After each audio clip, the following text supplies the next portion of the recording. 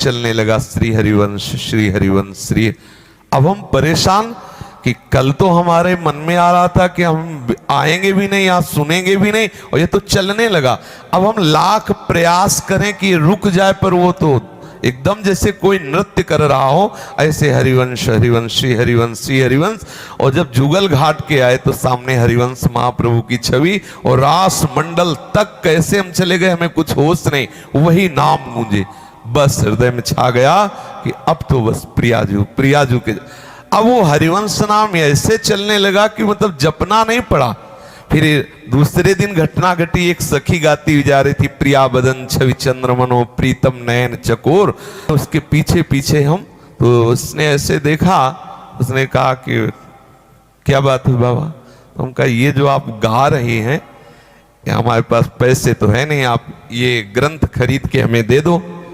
तो उन्होंने कहा कि सन्यासी हो तुम? त्रिपुंड लगा, जटाजूट, लाल कपड़े थे। उनका सन्यासी हो, ये कैसे पढ़ोगे? ये तो प्रेम रस की बातें तुम्हारी समझ में आने वाली नहीं। हम नहीं नहीं, हमारी समझ में आ रही है, आप जो गा रहे हो ना हमारी समझ में आ रहा है। तो उन्होंने कहा कि बिना राधा वल्लभ जी का बने ये बात समझ में नहीं आती। अब हमारे दिमाग में ऐसा लगा जैसे साक्षात किसी सहचरी ने आदेश कर। अब तो बस दिमाग में सब छूट गया, बस यही लगा मुझे राधा वल्लभ जी का बनना है। तो आगे चल के फिर लौटे, हम कहा सखी राधा वल्लभ जी का कैसे बना जाता है? उससे पूछा कि राधा वल्लभ जी का कैसे बना जाता है? बोले किसको जानते हो? उनका मंदिर में राधा वल्लभ जी को देखा और पास में बैठे गोस्वामी जी को देखा। बोले बस उन्हीं के पैर पकड़ लो जाके, वो तुम्हें राधा वल्लभ जी का बना देंगे। बस भागते हुए आए, और अंदर था कि कहीं ऐसा ना हो कि वहां गोस्वामी जी ना हो। बस गए, साष्टांग प्रणाम किया। तो उनका बाबा क्योंकि अब जो प्रणाम करना था वो दूसरे रूप में था, चरण पकड़ा, कहा महाराज मुझे राधा वल्लभ जी का बना।